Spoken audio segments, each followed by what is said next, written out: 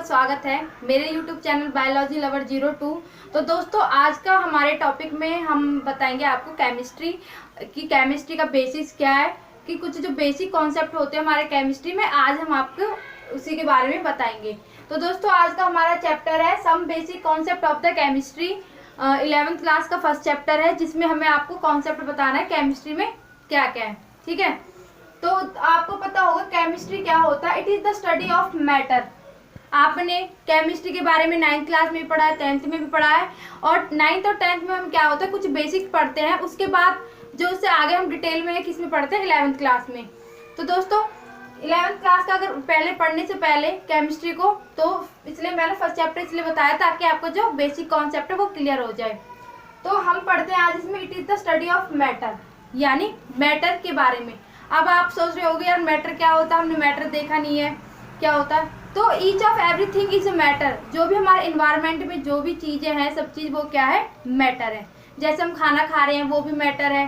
ठीक है, हम जो सांस ले रहे हैं, या फिर जो भी कुछ भी सॉलिड थिंग्स हो गया, लिक्विड्स हो गए, या फिर हमारा गैसेज हो गए, ये सब किस में आते हैं, सभी हमारे जो इन्वायरमेंट में होते हैं, सब क्या होते हैं, मैटर होते हैं। फॉर एग्जाम्पल के लिए जैसे कि ये मैंने एक पेन ले लिया। ठीक है, अभी पेन को आप मतलब ये क्या है, हमारा एक मैटर है। ठीक, मैटर, लेकिन मैटर का एक एग्जांपल भी मैं बताती हूँ आपको। जैसे कि हमारा ये पेन हो गया। ठीक है, अगर जैसे मैं इसको यहाँ पे रखती हूँ तो जितनी अपनी जगह या जितनी वो स्पेस को घेरता है, ऑक्यूपाइज करता है, वो क्या होता है, हमारा मैटर होता है। जो जितनी जगह पर वो रहता है, वो जितनी जगह पर वो घेर लेता है, और उस जगह में हम कुछ भी ऑब्जेक्ट ना लगाए, वो क्या होता है, हमारा मैटर होता है। और केमिस्ट्री का मतलब क्या होता है, जो भी इसमें जो हमारे केमिकल्स कंपाउंड जो मॉलिक्यूल्स से मिलकर बना हुआ होता है, जो इसमें केमिकल्स रिएक्शंस होते हैं, फिजिकल रिएक्शंस होते हैं, वो क्या होता है, वो हमारे केमिस्ट्री में आता है। ठीक है, तो डेफिनेशन है it is the study of matter, जिसमें हम मैटर के बारे में पढ़ेंगे।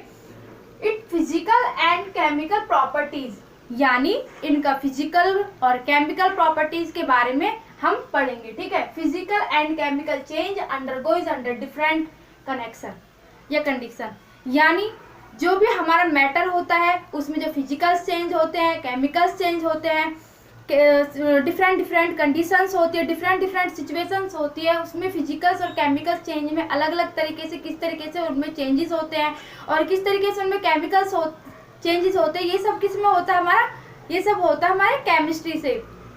जैसे कि फॉर एग्जाम्पल मैंने खाना खाया। ठीक है, वो खाना क्या हुआ, डाइजेस्टिव हुआ। डाइजेस्टिव होने के बाद जो हमें कार्बोहाइड्रेट, प्रोटीन, लिपिड्स जो मिला है, वो किस में आ जाता है, हमारा केमिस्ट्री में आ जाता है। ठीक है, बायोलॉजिकली तरीके से बोल देते हैं कि भाई हमारा जो डाइजेस्टिव सिस्टम है, लेकिन जो उसको वर्क होने के बाद अगर उसको पूरे डिटेल में पढ़े कि किस तरीके से वो डाइजेस्टिव करता है, और डाइजेस्टिव होने के बाद किस तरीके से हमें कार्बोहाइड्रेट, प्रोटीन्स, लिपिड्स, जितने भी हमारे प्रोटीन्स है वो मिलते हैं, वो सब किस में आ जाता है, हमारा केमिस्ट्री में आ जाता है। और जैसे कि हमारा जैसे ब्रेन होता है, ब्रेन में हमारा न्यूरो किस तरीके से काम करता है, वो भी किस में आ जाता है, हमारा केमिस्ट्री में आ जाता है। ठीक है, हम बात करते हैं केमिस्ट्री के बारे में मैंने आपको बता दी, मैटर के बारे में बता दी, जो कि जितनी जगह को इन्वायरमेंट में जो जगह घेरती है वो क्या होती है, हमारा मैटर होता है। ठीक है, और it is a central science. आपको पता है मैटर तो हर जगह यूज होती है। ठीक है, ईच एंड एवरीथिंग क्या होते हैं हमारे इन्वायरमेंट में, सब क्या है, मैटर है। ठीक है, और उनमें जो केमिकल्स, फिजिकल्स चेंजेस होते हैं, ठीक, वो क्या होते हैं, हमारे केमिस्ट्री में आती है। अब it is the central science. Central science इसलिए बोला गया है क्योंकि हमारे जो ईच एंड एवरीथिंग इन्वायरमेंट है, उसमें सब क्या ज्यादातर क्या होते हैं, केमिस्ट्री सभी में यूज होती है। ठीक, जैसे कि नेचर ऑफ द केमिस्ट्री। अब बात करते हैं हम nature of the chemistry. Nature of the chemistry हमारे 11th का चैप्टर में भी है, इसमें पूरे पैराग्राफ में दिया गया, अगर आपको समझ में आ जाए तो इसमें से पढ़ लेना। बाकी मैंने आपको इसमें बताया है। ठीक है, इसमें मैंने आपको बताया नेचर ऑफ द केमिस्ट्री के टाइप से बताया है। फर्स्टली है हमारा ऑर्गेनिक केमिस्ट्री और इनऑर्गेनिक केमिस्ट्री। थर्ड है फिजिकल केमिस्ट्री, बायो केमिस्ट्री 4, और 5 है एनालिटिकल केमिस्ट्री, जो कि हम 11th के सेकंड चैप्टर में पढ़ेंगे। ठीक है दोस्तों, ऑर्गेनिक इनऑर्गेनिक तो आपको पीछे नहीं छोड़ने वाले, क्योंकि 9th, 10th, 11th, 12th इस सब में हमारे क्या होता है, ऑर्गेनिक इनऑर्गेनिक यूज किया जाता है। फिजिकल केमिस्ट्री में हमें इसका फिजिकल बताना है, बायोकेमिस्ट्री बताने की किस तरीके से किसी भी हार्मोन्स पे या फिर कोई भी जो हमारा मॉलिक्यूल्स होते हैं उन पर सर्च करके जो भी एंजाइम्स होते हैं, हार्मोन्स हो, उनके बारे में हमें बायोकेमिस्ट्री पूरे डिटेल में बताना पड़ता है। ठीक है, एनालिटिकल केमिस्ट्री इसमें भी बताऊंगी मैं आपको। ठीक है, नेचर ऑफ केमिस्ट्री में हम बात करते हैं फर्स्टली हमारा ऑर्गेनिक केमिस्ट्री। ऑर्गेनिक केमिस्ट्री का नाम सुनते ही आपके माइंड में आ गया होगा कि जिसमें ऑर्गेनिक केमिस्ट्री होती है उसमें हमेशा कार्बन कंपाउंड्स के बारे में बताया जाता है, यानी कार्बन से रिलेटेड जो भी जितने भी मॉलिक्यूल्स होते हैं उसको बताया जाता है। कार्बन कंपाउंड हमारे 10th क्लास का जो चैप्टर 4 है उसमें भी बताया गया है। तो दोस्तों कि हमारे 9th और 10th से हम ऑर्गेनिक केमिस्ट्री के बारे में पढ़ते आ रहे हैं, जो कि अब हमारे 11 में भी बताया जा रहा है। ऑर्गेनिक केमिस्ट्री क्या होता है? Study of the properties and reaction, यानी जिसमें हमारा स्टडी किया जाता है उसके प्रॉपर्टीज के बारे में। किसके प्रॉपर्टीज के बारे में? कार्बन के प्रॉपर्टीज के बारे में, और उनके रिएक्शन किया जाता है। जैसे फॉर एग्जांपल एल्डिहाइड्स हो गए, हमारे कीटोन्स हो गया, और हमारे कार्बन से रिलेटेड जितने भी हमारे क्या होते हैं ग्रुप्स होते हैं, ठीक है। जैसे हमारा हो गया एग्जाम्पल के लिए मिथेन हो गया और हमारा एल्डिहाइड हो गया। मिथेन और एल्डिहाइड जो होता है ये हमारे कार्बन से रिलेटेड क्या होते हैं? ग्रुप्स होते हैं। अब ऑर्गेनिक केमिस्ट्री दूसरा है हमारा इनऑर्गेनिक केमिस्ट्री। इनऑर्गेनिक केमिस्ट्री में क्या होता है? जिसमें ऑर्गेनिक केमिस्ट्री के बारे में नहीं बताया जाता है, ठीक है। ऑर्गेनिक केमिस्ट्री में हम ऑर्गेनिक केमिस्ट्री की बात करते हैं, लेकिन इनऑर्गेनिक केमिस्ट्री में हम ऑर्गेनिक की बात नहीं करते हैं। एग्जाम्पल के लिए जैसे हमारा क्या हो गया? आयनिक कंपाउंड्स हो गए, जैसे कि हमारा सोडियम क्लोराइड हो गया और हमारा वाटर हो गया। Study of the all substance which are not organic, वो सब्सटेंस जिसमें हमारा ऑर्गेनिक प्रेजेंट नहीं होता है, जिसमें हमारे कार्बन से रिलेटेड कंपाउंड्स प्रेजेंट नहीं होते, वो क्या होते हैं? हमारा इनऑर्गेनिक केमिस्ट्री होती है। बात करते हैं हम फिजिकल केमिस्ट्री।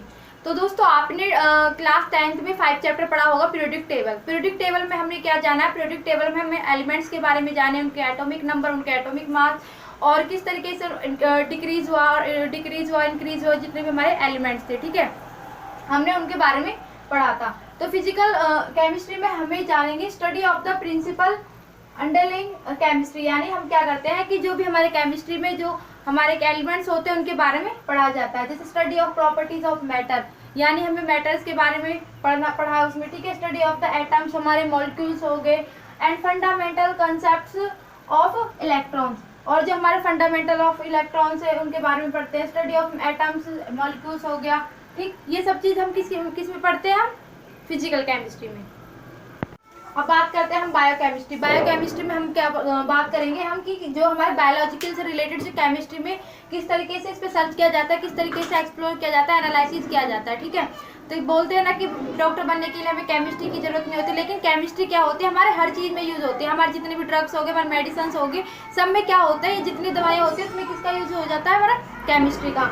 अब बात करते हैं हम बायोकेमिस्ट्री का। बायोकेमिस्ट्री क्या होता है? Biochemistry is the branch of science that explore the chemical science that explore chemical process within and related and living organism, यानी हमारा एग्जाम्पल के लिए जैसे हमारी बॉडी होगी, ठीक है, हमारी बॉडी में से जो हॉर्मोन्स हो गए या लिक्विड हो गए उन पर क्या किया जाता है? उनको जो केमिकल्स होते हैं उन पर क्या किया जाता है? एनालिसिस किया जाता है, एक्सप्लोर किया जाता है। फॉर एग्जाम्पल के लिए जैसे कि हमारी स्किन है उसमें मेलानिन प्रोटीन होती है, मेलानिन प्रोटीन पर क्या किया जाता है? उस पर एनालिसिस किया जाता है कि किस तरीके से उसका मतलब उसका स्ट्रक्चर होता है, ठीक, उसका क्या केमिकल्स मॉलिक्यूल्स होते हैं, क्या मॉलिक्यूल्स प्रेजेंट होते हैं।